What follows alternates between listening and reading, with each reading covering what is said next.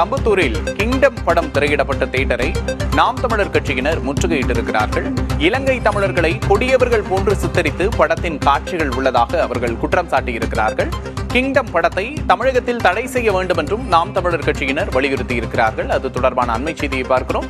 தமிழ் கடவுளான முருகன் பெயரை படத்தின் வில்லனுக்கு சூட்டி இருப்பதாகவும் நாம் தமிழர் கட்சியினர் புகார் தெரிவிக்கிறார்கள்.